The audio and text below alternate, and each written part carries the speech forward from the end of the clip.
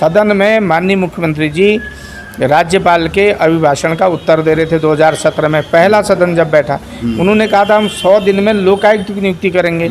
आज कितने दिन हो गए आप लगा लीजिए, 1500 दिन होने वाले हैं मुझे लग रहा है। बताइए, एक लोकायुक्त नहीं ला पाए।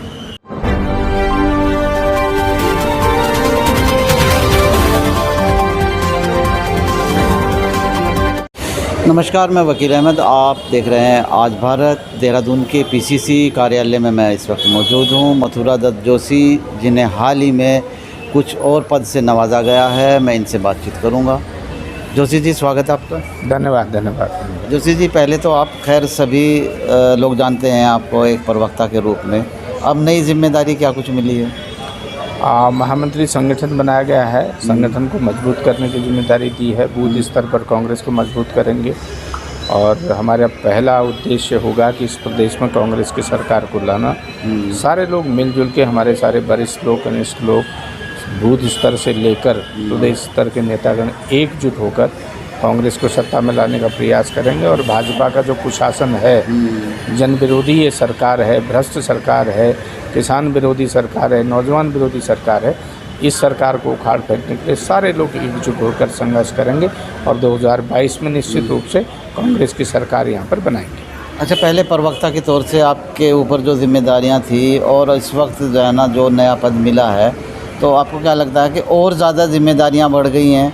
अच्छा, दूसरे जनता अब आपसे ये भी सवाल पूछेगी कि आप इसी मौके पर जो है ना क्यों ये सब जो है ना परिवर्तन यात्रा या फिर जो है ना सभी संगठन को मजबूत करने की तैयारियां कर रहे हैं, इससे पहले क्यों नहीं? देखिए, बदलाव प्रकृति का नियम है। ठीक है।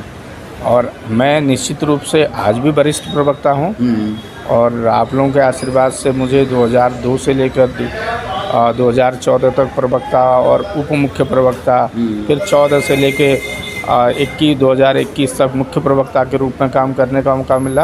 आप लोगों का आशीर्वाद, आप लोगों का मार्गदर्शन मेरे साथ रहा और आज फिर पार्टी ने मुझके महामंत्री संगठन की महत्वपूर्ण जिम्मेदारी, ये चुनौतीपूर्ण काम है। मैंने कहा ना, इसमें हमको सबसे पहला काम है संगठन को मजबूत करना।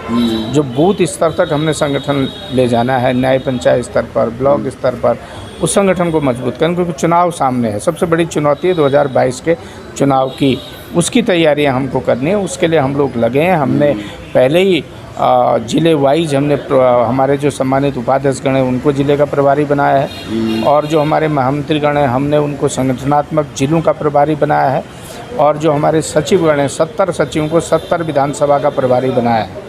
वो वहाँ पर जाके काम कर रहे हैं, ग्राउंड जीरो पर काम कर रहे हैं और उनको चेक करना, उनके ऊपर सारी मॉनिटरिंग करने का काम है, उनको गाइडलाइन देने का काम है। इस काम में सारे लोग मिलकर हम लोग काम करेंगे। निश्चित रूप से हमारा पहला काम है कि जनता की बुनियादी समस्याओं के लिए संघर्ष करना। वो कांग्रेस ने किया है, कांग्रेस करती भी है और कांग्रेस जो कहती है उसको पूरा करके देती है।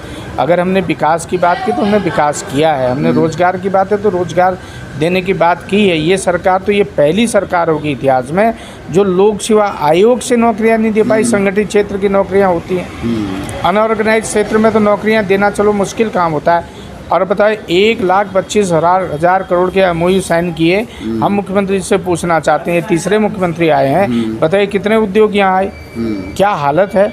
आप ही देख लीजिए, आप ही के जो हमारा मीडिया जगत है उसकी क्या हालत है, किस तरह परेशान किया लोगों को। जोशी जी, आपको लगता है कि धरातल पर जो है ना आपका संगठन कहीं ना कहीं थोड़ा सा जो है ना कमज़ोर है? नहीं, कहीं कमज़ोर नहीं। मैंने कहा ना, हमारे तो 70 लोग 70 विधानसभाओं में काम कर रहे हैं। अभी हम और नए तरीके से फिर और कुछ लोगों को जिम्मेदारी दे रहे हैं, वो अलग तरीके से काम करेंगे। हमारा फोकस आदरणीय गोदियाल जी का फोकस, जो हमारे अध्यक्ष जी हैं, उनका फोकस है कि संगठन को धरातल में मजबूत करें, बूथ स्तर तक मजबूत करें। अच्छा, परिवर्तन यात्रा में आपने एक पर्टिकुलर जगह को चुना है, खटीमा को? नहीं, देखिए, खटीमा उत्तराखंड आंदोलन की जननी रही है, हमारे शहीदों की भूमि रही है और जिस तरीके से शहीदों का भी इस सरकार ने अपमान करने का काम किया, हमने वहाँ पर शहीदों के चरणों में पुष्पांजलि अर्पित करने के बाद उनका आशीर्वाद प्राप्त करके इस प्रदेश के नवनिर्माण के लिए, इस प्रदेश में उत्तराखंडियत को जिंदा रखने के लिए, जिस उद्देश्य से राज्य बना था, पर्वतीय राज्य बना था, उसको जिंदा रखने के लिए हमने इसलिए वहाँ से किसानों की भूमि भी है। किसान आत्महत्या कर रहा। पहली घटना जो आत्महत्या करने की घटना है वो खटीमा से शुरू हुई है। तो उन सब मुद्दों को लेकर इसलिए हमने खटीमा को चुना, और खटीमा के बाद हमने नानकमत्ता है, सितारगंज है, किच्छा है, लाल कुआं है, हल्द्वानी है, रामनगर है, जसपुर है, काशीपुर है, बाजपुर है, गदरपुर है, और 6 तारीख को इसका समापन रुद्रपुर में होगा।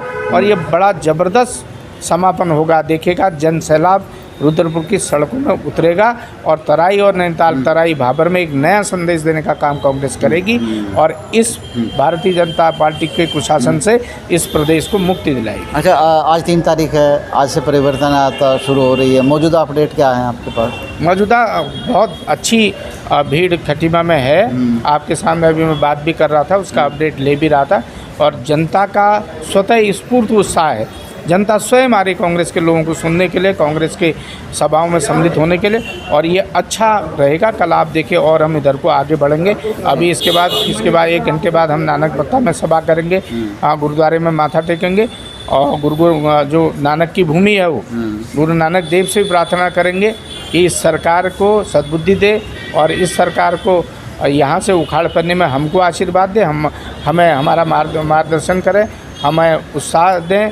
ये हम वहाँ पर निवेदन करें। कलियर शरीफ जाएंगी आपकी पार्टी? कलियर शरीफ का भी नंबर है। अगली यात्राएं फिर कलियर शरीफ को भी जाएगी। नहीं, हरिद्वार में हर जगह जाएगी। देखेगा आप, हर विधानसभा को टच हरिद्वार के भी 70 विधानसभाओं में परिवर्तन यात्रा जाएगी, और ये जल्दी ही अगली यात्रा का जो रूट है, रोड मैप है, वो हम आपके सामने। आखिरी सवाल, उत्तराखंड का इतिहास बताता है कि 5 साल बीजेपी, 5 साल कांग्रेस। इस बार तो शायद आप ही का बनता है। नहीं, देखिए, सवाल ये नहीं है, सवाल है मुद्दों की लड़ाई।